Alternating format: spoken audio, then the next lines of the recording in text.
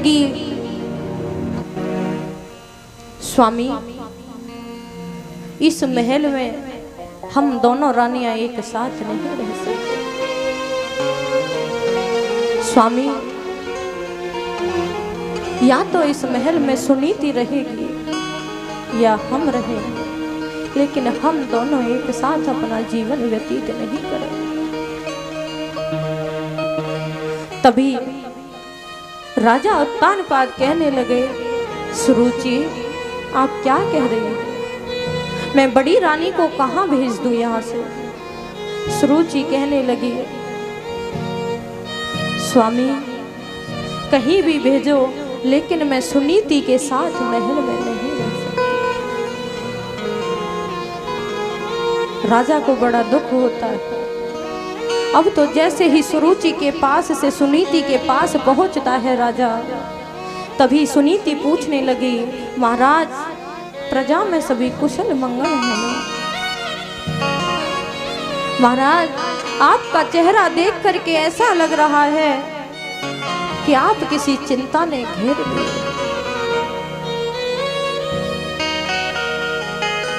तभी राजा कहने लगा, देवी ऐसा कुछ नहीं, लेकिन मैं आपसे एक बात कहना चाहता हूं। सुनीति पूछने लगी, महाराज क्या कहना चाहते हो? कि सुनीति जिसको तुम अपनी छोटी बहन मानती हो, वो तुमको अपनी बड़ी बहन नहीं मानती।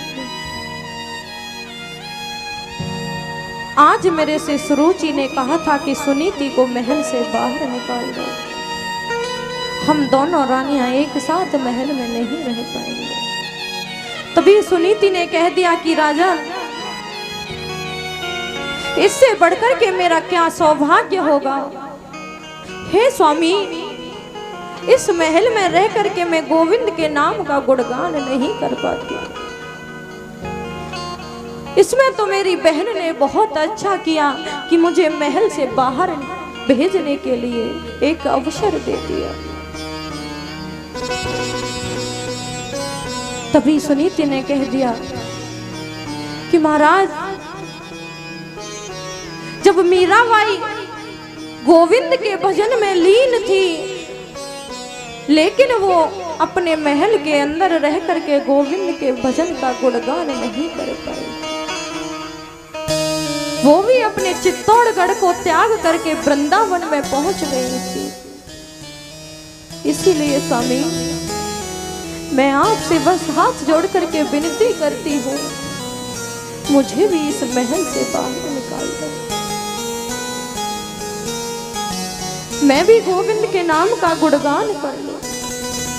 इस महल में रह करके इस माया जाल में फंस करके मैं भी गोविंद के नाम का गुणगान नहीं कर पाऊंगी। रानी के कहने से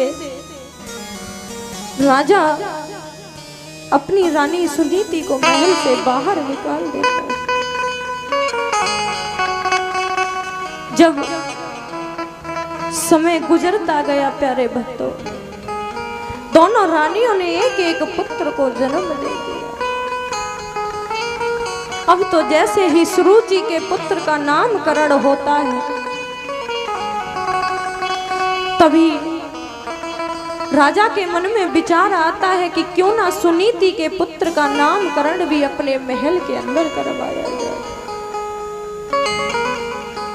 अब तो जैसे ही राजा ने कह दिया कि सुरुचि अगर आप हमें आदेश दें, अगर आप हमें आज्ञा दें, तो हम सुनीति के पुत्र का भी नामकरण अपने महल के अंदर करवा दें।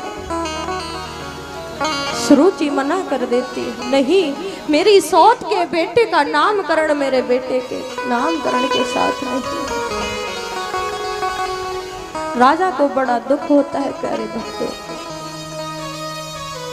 अब तो दोनों पुत्रों के नामकरण होते हैं। जो सुरुचि का पुत्र था उसका नाम उत्तम रखा गया था, और जो सुनीति का पुत्र था उसका नाम ध्रुव रखा गया था।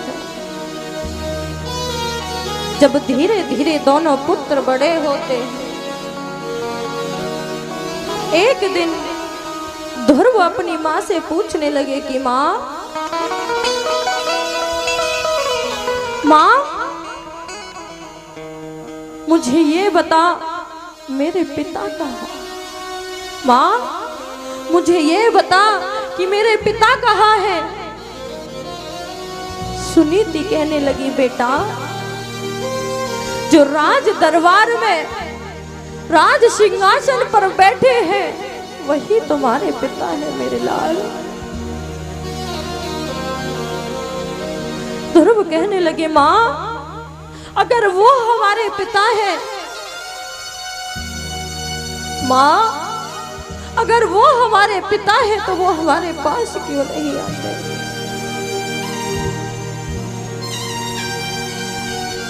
सुनीति कहने लगी, बेटा अभी तुम बहुत छोटे हो, तुम बड़े हो जाओगे ना तुमको स्वयं पता चल जाएगा कि तुम्हारे पिताजी तुम्हारे पास क्यों नहीं आते। अब तो एक दिन ध्रुव खेलते हुए राज दरबार में पहुंच जाते हैं। जैसे ही राज दरबार में पहुंचते हैं राजा की नजर जाती है कि आज मेरा बड़ा बेटा ध्रुव आ रहा है।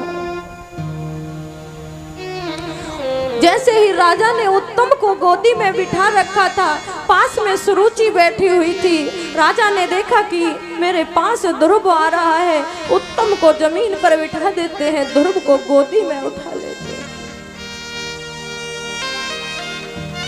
जैसे ही ध्रुव को गोदी में बिठाते हैं, पास में बैठी सुरुचि खड़ी होती है, ध्रुव को गोदी में से उठा करके जमीन पर पटक देती है। तभी ध्रुव से कहने लगी कि अगर तुझे महाराज की गोदी प्राप्त करनी है तो पहले तुझे भजन करना होगा, तप करना होगा, तप करने के बाद तुझे हरि नारायण को प्राप्त करना होगा। उसके बाद हरि नारायण से कहना कि प्रभु मुझे मेरी माँ की कोख में भेज दे, जिससे कि मैं अपने पिता की गोदी प्राप्त कर लूं। उससे पहले तू महाराज की गोदी प्राप्त नहीं कर पाएगा। अब तो रोता हुआ ध्रुव सुनीति के पास आता है। सुनीति देखती है कि आज मेरे कलेजे का टुकड़ा आज रोते हुए आ रहा है। पूछने लगी, बेटा ध्रुव क्या बात है, किसी ने कुछ कह दिया है क्या आपसे?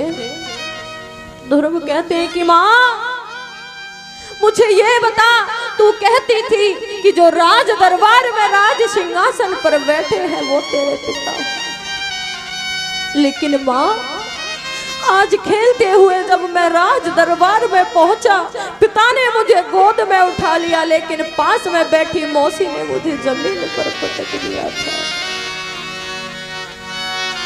माँ क्या पिता का इतना भी अधिकार नहीं है कि वो अपने पुत्र से प्रेम भी कर ले? माँ क्या मेरा इतना भी अधिकार नहीं है कि मैं अपने पिता की गोदी भी प्राप्त कर लूं? माँ तभी ध्रुव कहने लगे कि माँ सुन,